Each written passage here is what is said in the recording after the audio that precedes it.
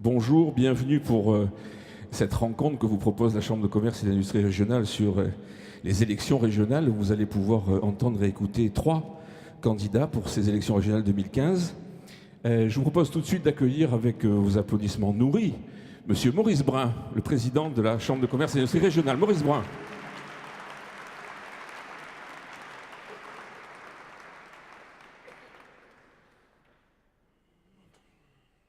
Merci. C'est à vous. Au nom de la Chambre de commerce et d'industrie de région Provence-Alpes-Côte d'Azur, Mesdames et Messieurs les présidents, Mesdames et Messieurs les élus, très chers dirigeants et responsables d'entreprise, Mesdames et Messieurs les journalistes, Mesdames et Messieurs, chers amis, je suis particulièrement heureux de vous accueillir. Merci à toutes et à tous d'avoir répondu présent à notre invitation. Vous apportez par votre présence la preuve de votre détermination à être des acteurs éclairés de la construction de l'avenir de notre région. Je voudrais quand même présenter mes excuses à tous ceux qui sont restés debout. Je remercie tout particulièrement le président Jacques Pfister et l'ensemble de ton équipe de nous ouvrir les portes d'un lieu emblématique, je dirais même magique, le Palais de la Bourse. Un lieu chargé d'histoire qui accueille la plus ancienne CCI de France. L'événement auquel nous allons assister est parfaitement inédit dans l'histoire de la Chambre de commerce et d'industrie de région Provence-Alpes-Côte d'Azur. Alors, me direz-vous, pourquoi nous lancer dans une pareille entreprise? Parce que d'expérience, nous savons que les régionales constituent un moment d'écoute, disons, privilégié. Je dirais même d'écoute attentive. Nous nous devions de saisir cette opportunité de faire entendre la voix de nos entreprises. Favoriser la prise en compte des besoins de nos entreprises par-delà des clivages, c'est notre rôle de représentant neutre et objectif du monde économique.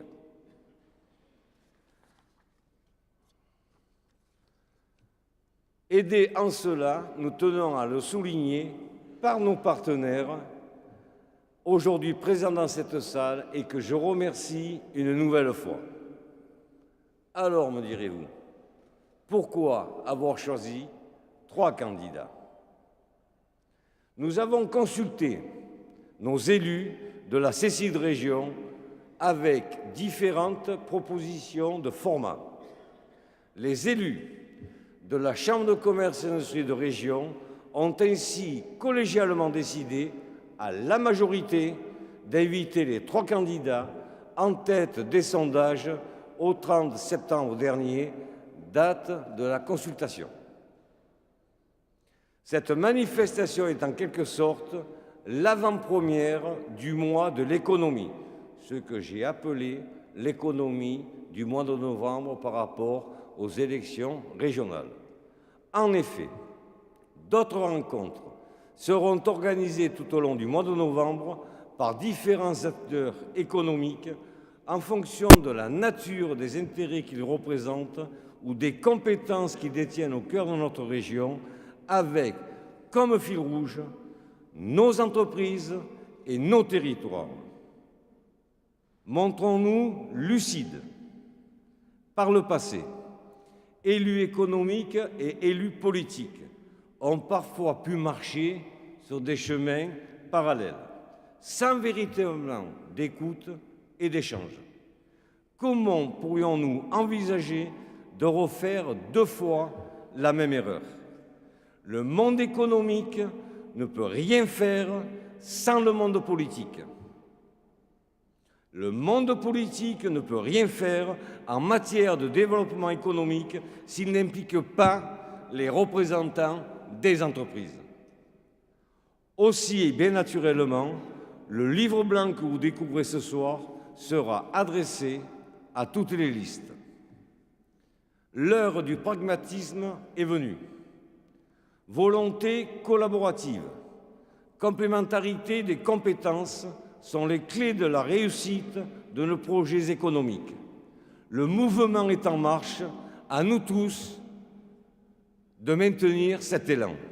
La loi NOTRe change l'organisation institutionnelle française. Au 1er janvier prochain, les conseils régionaux deviendront les chefs de file en matière de développement économique.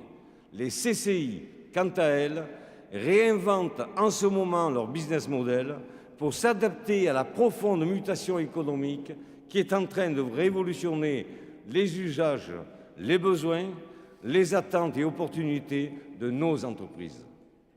Rassembler pour partager, écouter, anticiper, voici quelques-uns des objectifs de l'interpellation d'aujourd'hui. Il me reste à saluer M. Louis Alossio, membre du bureau de la CCI de région, qui a porté de main de maître ce livre blanc de sa conception à sa réalisation qui est présenté aujourd'hui. C'est un travail collectif, intégrant chacune des CCI de notre région, qui a été conduit en moins de 60 jours. Merci beaucoup Louis. En 60 jours, réaliser ce travail de manière collective, je ne l'ai jamais vu. Au nom de nous tous,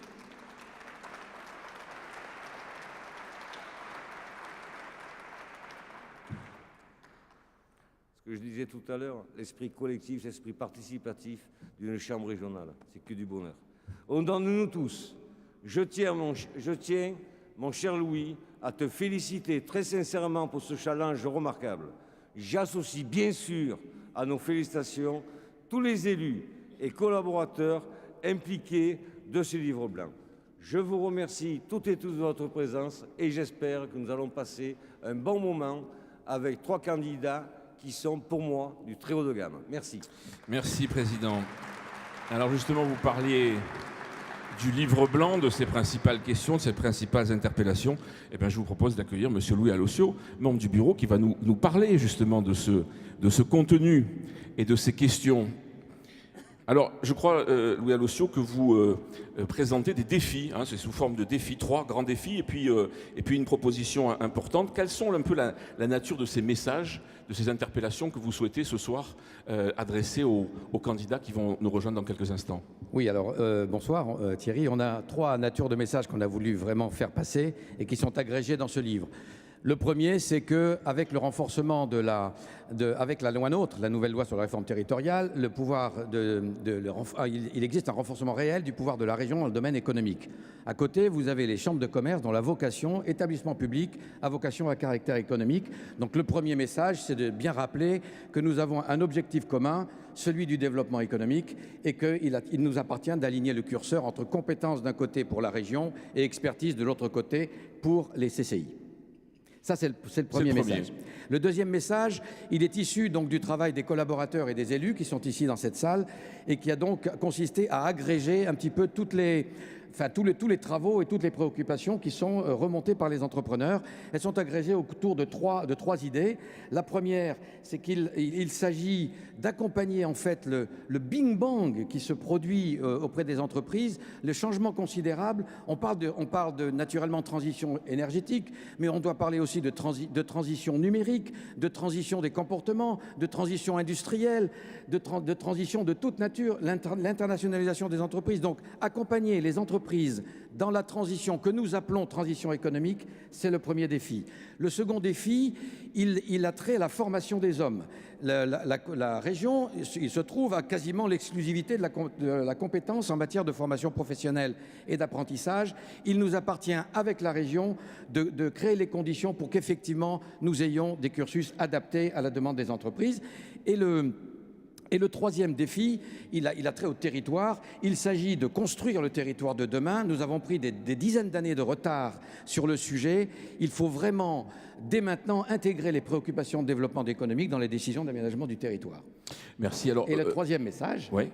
Et le troisième message, c'est de dire, au fond, on est vraiment dans un changement d'époque. Il y a une nouvelle région qui s'installe avec de nouvelles lois. Il y a aussi de nouvelles chambres qui s'installent avec des restrictions qui sont les nôtres et l'obligation que nous avons de nous concentrer sur ce qu'est notre vocation profonde. Donc le troisième message, c'est de dire co-construisons avec la région et partageons d'une certaine manière une forme de gouvernance sur les sujets qui nous sont communs, le développement économique. Alors justement, cette forme de gouvernance, vous êtes optimiste, vous avez le sentiment aujourd'hui que le monde économique de manière générale, les chefs d'entreprise sont vraiment écoutés par le monde politique, ou c'est simplement un exercice qu'on fait avant les élections? Alors je vais faire un peu de sémantique. Entendu, certainement. Écouté, peut-être moins. Mais quand vous voulez être écouté, la balle est dans votre camp. Il vous appartient de créer les conditions d'une écoute. Donc si vous voulez être écouté, il faut aiguiser l'esprit de celui à qui vous vous adressez. C'est tout l'intérêt de ce livre blanc qui regroupe un certain nombre d'informations qui sont de nature à vraiment créer des conditions d'écoute, et j'espère que nous le serons. Merci beaucoup Louis, on peut l'applaudir, merci encore. Alors dans quelques instants, nous allons accueillir évidemment nos trois candidats, mais rappel de quelques petites règles du jeu. Vous l'avez compris, il n'y aura pas de débat contradictoire entre eux. Il y aura évidemment un respect de l'équité du temps de parole entre chacun. Ils auront 25 minutes pour bien sûr intervenir sur ces sujets dont on a parlé, ces thèmes qui porteront exclusivement donc sur les grandes lignes relevées dans ce livre blanc. Vous l'avez compris, on va parler exclusivement économie. Pas question de s'attarder sur des questions politiques et politiciennes. Et bien sûr, je suis sûr que ces candidats me pardonneront d'avance de leur rappeler si tel n'était pas le cas. Alors, trois grands sujets, on l'a rappelé avec Louis, on peut même en rajouter un quatrième. Le premier, effectivement, c'est la transition économique. Comment accompagner les entreprises face aux mutations technologiques, industrielles, numériques?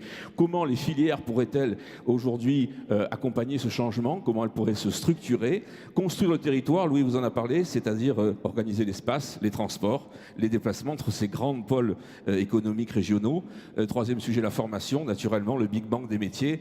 Comment adapter et faire l'adéquation entre la formation, les besoins des entreprises et évidemment l'emploi. Dernier sujet qu'on abordera avec eux, c'est effectivement la place qu'ils comptent et qu'ils souhaitent donner au monde économique dans ces réflexions stratégiques. Alors donc si l'économie, vous le comprenez bien, va rester au centre de nos débats, vous serez d'accord avec moi, il nous fallait aussi prendre malgré tout un peu de recul pour comprendre les enjeux de ces élections, analyser les réponses des candidats, peut-être aussi les replacer d'une manière générale dans leur contexte politique. C'est pourquoi nous nous sommes associés pour se faire l'expertise d'un grand politologue français, vous allez l'applaudir, il va venir à côté de moi, c'est monsieur Roland Quérol.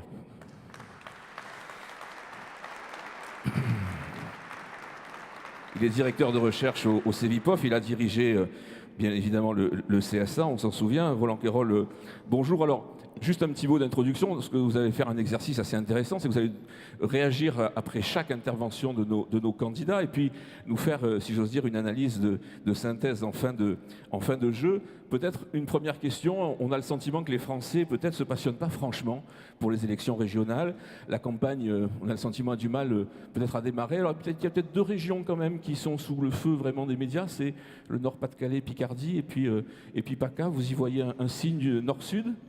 Oh, je ne crois pas que ce soit un signe nord-sud. Je crois qu'il se trouve que ce sont les deux grandes régions dans lesquelles il y a trois forces politiques qui dominent le débat et non pas deux comme dans la plupart des autres régions. Et que la présence de la troisième est évidemment une novation dans le jeu régional et que c'est le suspense qui se fait en PACA et qui se fait dans Nord-Pas-de-Calais, Picardie. Alors, on va en reparler peut-être tout à l'heure. Ce que je voudrais simplement, parce que quand j'ai le micro, j'ai du mal à le lâcher, ne vous inquiétez pas, je suis là. C'est dire combien je suis sensible à l'invitation que vous avez bien voulu me faire. Je trouve extrêmement positif que les chambres de commerce, les chefs d'entreprise rentrent comme ça dans le fond des enjeux d'une campagne politique. C'est bien, je trouve que les chefs d'entreprise soient de plus en plus présents dans la discussion de la société. Moi, ça me fait en plus très plaisir parce que j'ai le sentiment de monter en grade. Je suis venu ici grâce à M. Pfister il y a quelques mois et j'avais le sentiment de devenir un Marseillais d'adoption. Grâce à l'invitation de M. Brun, me voilà devenu un peu régional. Voilà, je monte en grade et merci. Alors, vous avez compris que mon rôle serait très simple. Après chaque candidat, Comme ils ne doivent pas se rencontrer et qu'ils doivent aller parler quelques minutes avec la presse, je serai chargé avec notre ami d'occuper un peu votre temps de latence. Et d'analyser, de nous Donc, faire un peu de recul. Oh, oui, enfin voilà, je serai surtout là comme un temps d'attente, mais je vous préviens, je me vengerai à la fin, ou une fois qu'ils seront tous partis, je vous livrerai le bout de mon analyse. Voilà, donc Merci. vous l'avez bien compris, c'est le seul qui aura le droit de faire, vous pouvez l'applaudir, de faire une analyse politique, voire politicienne, ce soir. Allez, on accueille tout de suite le premier candidat, Monsieur Christian Estrosi, tête de liste en PACA pour les Républicains. Christian Estrosi.